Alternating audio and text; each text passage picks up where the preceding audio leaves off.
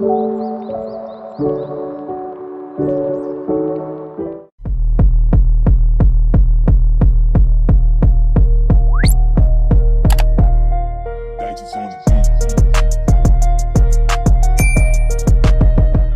hi loves, welcome and welcome back to my channel. If you're new here, hi, my name is V and thank you for clicking on my video and my channel. Please do stay until the very end and help me grow by subscribing, liking, sharing and commenting.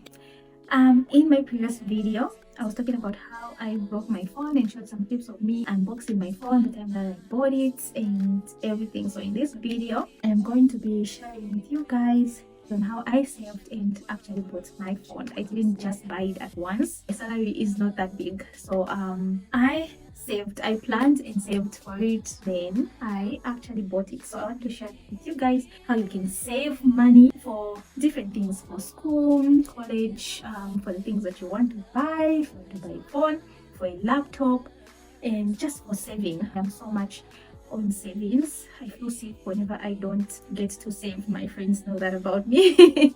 But yeah, there are times where I don't manage to save, but I make sure I save something every month, and I save in different ways. So that's what I want to share with you guys today. I noted some things down in case I just start blabbing and go off topic and everything, so don't mind me looking at my book.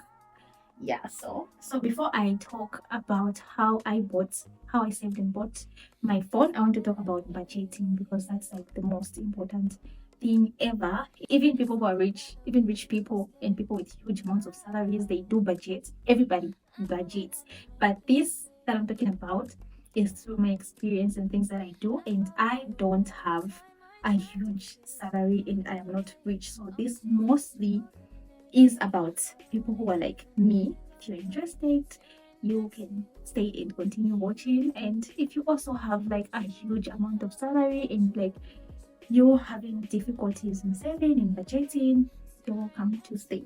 So now, what is budgeting? That I don't know, you need to Google. Like, I do know in my mind, but I don't know the actual meaning. All I know is budgeting is listing down, like planning and listing down the things that you need, so that you can work according to an amount of money that you have. That's what I know. So now, when budgeting, I did note some things down. I don't know if you can see, my handwriting is pathetic. It's very, very bad. Like I said, I just want to say things for experience and everything. So what I believe in, when budgeting, you have to know your needs and your wants. So you have to list down your needs and your wants. That's what I do. I have this notebook. That's where I write all my budgets and things I need to do for a month. That's what I do. I don't know if you can see. I list down everything that I want, starting with the needs. Now, when I say the needs, what do I mean? This is a list of things that you can't live without. Now, those are needs. And then we have wants. The wants, we did learn this, and I don't know if it's grade 7 or what, I've forgotten. The wants are things that we want, but we can live without. We can survive without them.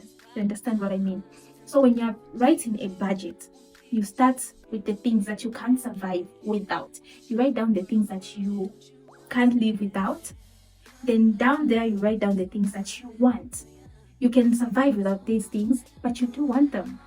You know what I mean? That's how you should write your budget.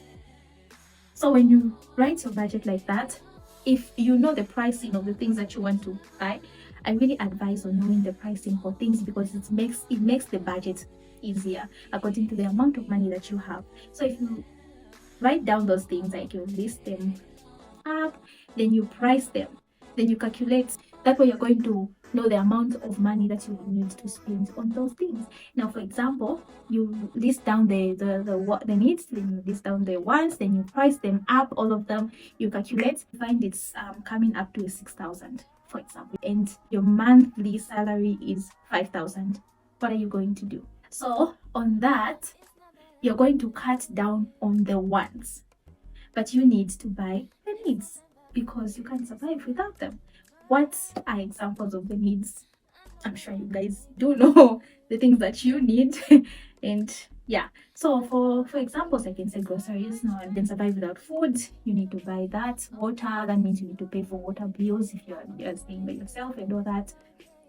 Let me just say house bills like electricity. You can't pay for electricity if you're not a part of TV, charging your phone and cooking. Then you can't pay for it. But if you survive on that, that means it's a need. You need to buy things for the body. For these things, I personally put them on needs because it's important for a human being to smell nice, to be clean, hygienic, hygiene. You guys understand what I'm trying to say.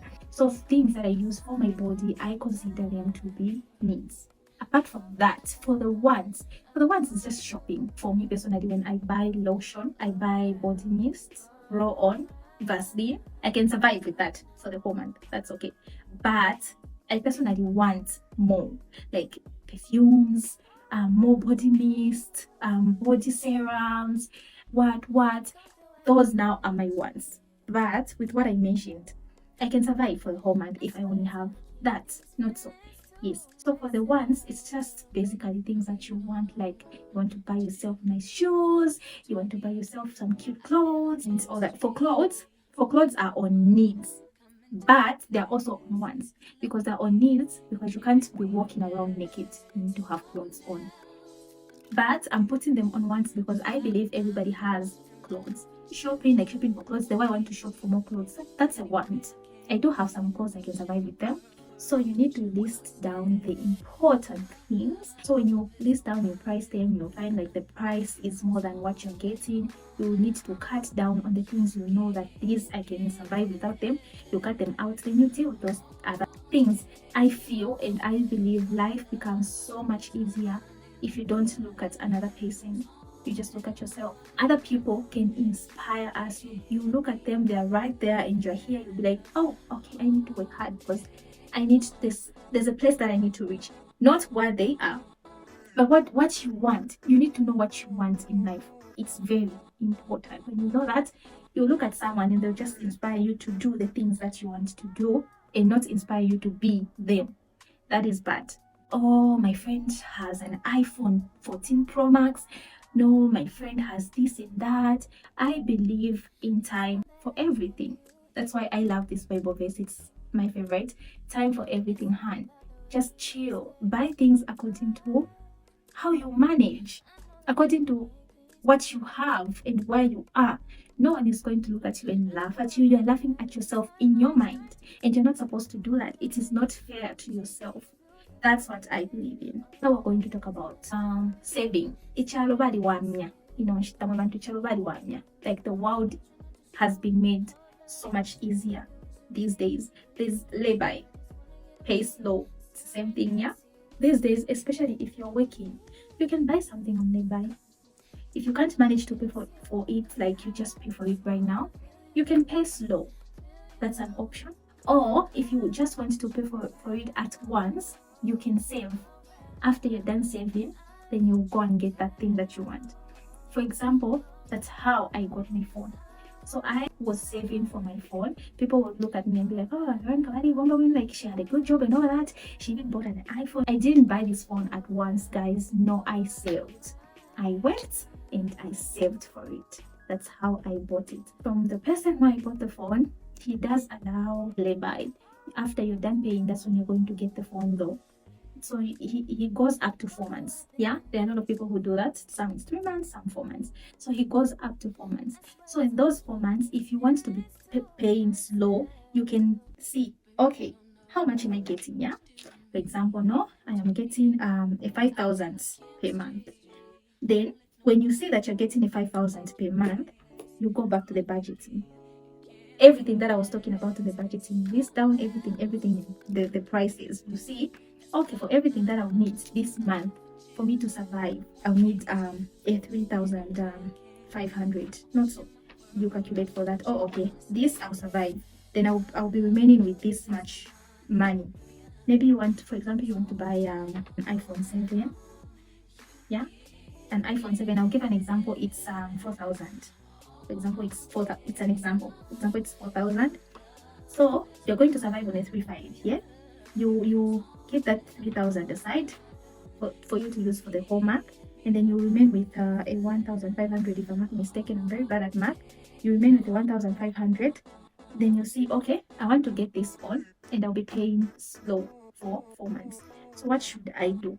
For example, maybe you even want to also save some money while you are at it. You can pay that 1,000 to the person you're buying the phone from, and then you save a 500. How to save for get there? You save a 500, or you can wait for saving later until you get this thing that you want to get, because it needs to be cleared out. As soon as you start paying that person, you need to pay within 4 months. So you can pay the 1.5, then you remain with how much, guys? 2.5 something, I don't know. Like I said, I'm bad at math.